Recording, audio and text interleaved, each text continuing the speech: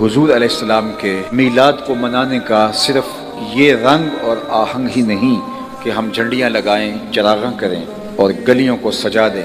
अगरचे मोहब्बत के इजहार का ये एक रंग ज़रूर है, लेकिन मीलाद का हकीकी तकाजा ये है कि हुजूर के लाए हुए निज़ाम को अपनी ज़िंदगी में उतारा जाए। वो एक दिन हुजूर वज़ू फरमा रहे थे, सहाबा हुजूर के वज़ू के पानी को ज़मीन पर नहीं गिरने देते।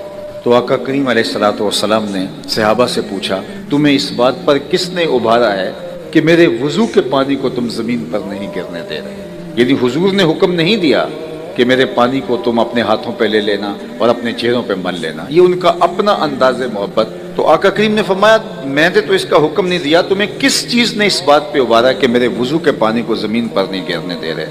तो उन्होंने कहा, अल्लाह और उसके रसूल की मोहब्बत ने।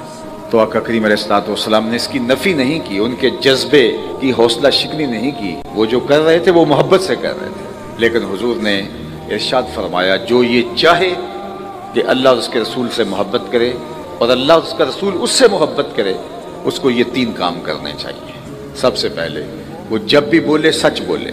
दूसरी बात, जब उसके पास अमानत रखी जाए खयानत न करे।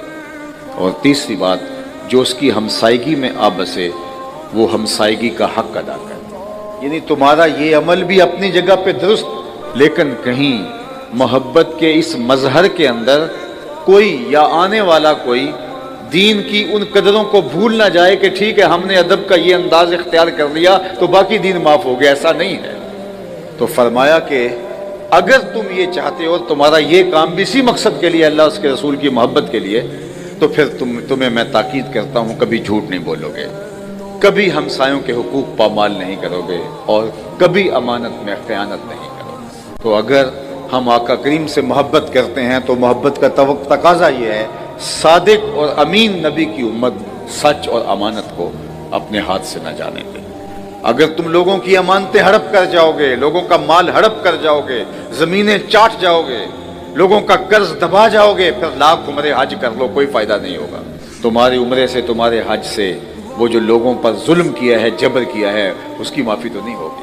तो इसलिए हमारा दीन हमें क्या कह रहा है कि अपनी ज़िंदगी को खूबसूरत बनाओ। और आखिरी बात कि हमसाए के साथ सलूक अच्छा करो। और हमसाया 40 घरों तक होता है। अगर हम अपने हमसाए के साथ अच्छा सलूक करने की ठान लें तो एक साले मुआशरा तश्कील पाता है जो जन्नत नमा मुआशरा होगा। लेकिन जब हम समझते हैं कि ठीक है हमसाया दुख में है तो रहे, हम आशिक़ रसूल होते हैं, हम बहुत पक्के मुसलमान हैं, तो मियाँ नहीं, ऐसा नहीं है। हमारा दीन हमसे अमल का तकाजा करता है।